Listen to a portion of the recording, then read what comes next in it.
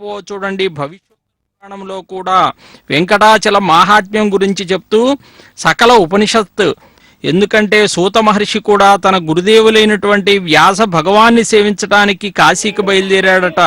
మరి వెంకటాచల ముక్కోటి ఏకాదశి సందర్భంగా తెలుగు రాష్ట్రాల్లోని ప్రముఖ ఆలయాలకు భక్తులు పోటెత్తారు. ఇక వరంగల్ నుంచి మరింత సమాచారం మా ప్రతినిధి నవీన్ అందిస్తారు. నవీన్,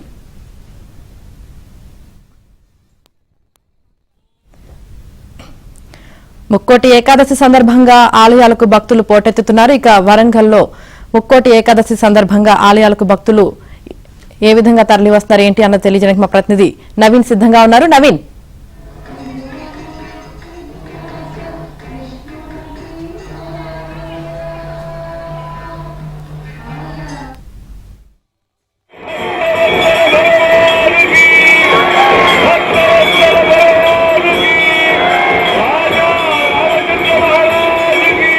వైష్ణవ ఆలయాల్లో రద్దీ కొనసాగుతుంది. తెల్లవారుజాము నుంచే ముక్కోటి ఏకాదశి సందర్భంగా వైష్ణవ ఆలయాలన్నీ భక్తులతో కిటకిటలాడుతున్నాయి. మనం ఇటు వరంగల్ నగరంలో ఉన్నటువంటి వైష్ణవ ఆలయాలు మనం వెంకటేశ్వర స్వామి ఆలయంలో చూడవచ్చు. ఇటు 100 ఫీట్ల రోడ్డులోని వెంకటేశ్వర స్వామి ఆలయంలో మనం వెంకటేశ్వర స్వామిని దర్శించుకునేందుకు భక్తులు తెల్లవారుజాము నుంచే పోటెత్తుతున్నటువంటి దృశ్యాలు కనిపిస్తున్నాయి.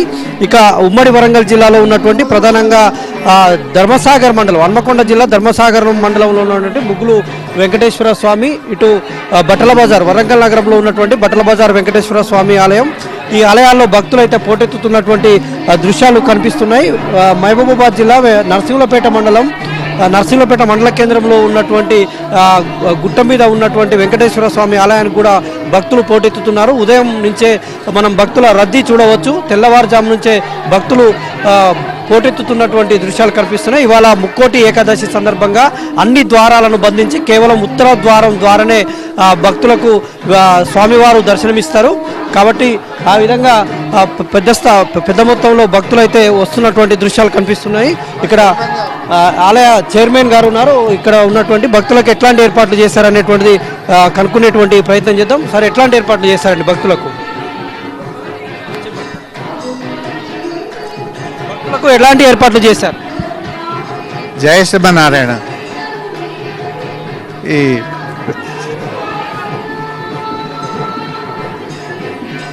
టిఎన్జిఓస్ కాలనీ వెంకటేశ్వర స్వామి దేవాలయంలో ఈరోజు వైకుంఠ ఏకాదశి కార్యక్రమం జరుగుతున్నది. అసలు ధనుర్మాస కార్యక్రమం ఈ నెల 16వ తారీఖు నుంచి మొదలయ్యి 14వ తారీఖు జనవరి 14వ తారీఖు వరకు ఉంటుంది. ఇందులో ప్రత్యేకంగా ఈ వైకుంఠ ఏకాదశి కార్యక్రమానికి అశేషమైన ఆదరణ లభిస్తున్నది. మరియు విశేషంగా భక్తులు స్వామివారిని దర్శించుకునేటకు ఉదయం 5 గంటల నుంచి క్యూ లైన్లో నిలబడి వారు చేస్తున్నారు. అయితే ఏంటంటే భక్తులకు ఏమాత్రం ఇబ్బంది కలగకుండా మేము బ్యారికేడ్లు నిర్మించాము. తర్వాత భక్తులు కూడా చాలా మంచిగా సహకారం చేస్తూ మరికొంతమంది భక్తులు ఉన్నారు, మాట్లాడించేటువంటి ప్రయత్నం చేద్దాం. సరే, ఇక్కడ దర్శనం చేసుకోవడానికి వచ్చారుగా, ఏర్పాట్లు ఎట్లా ఉన్నాయి? ఇవాళ దర్శనం చేసుకుంటే ఎలాంటి పుణ్యం ఉంటుందని సార్, ఇక్కడ ఈ దేవస్థానం చాలా పవిత్రమైంది. ఎందుకంటే ఈరోజు ముక్కోటి ఏకాదశి.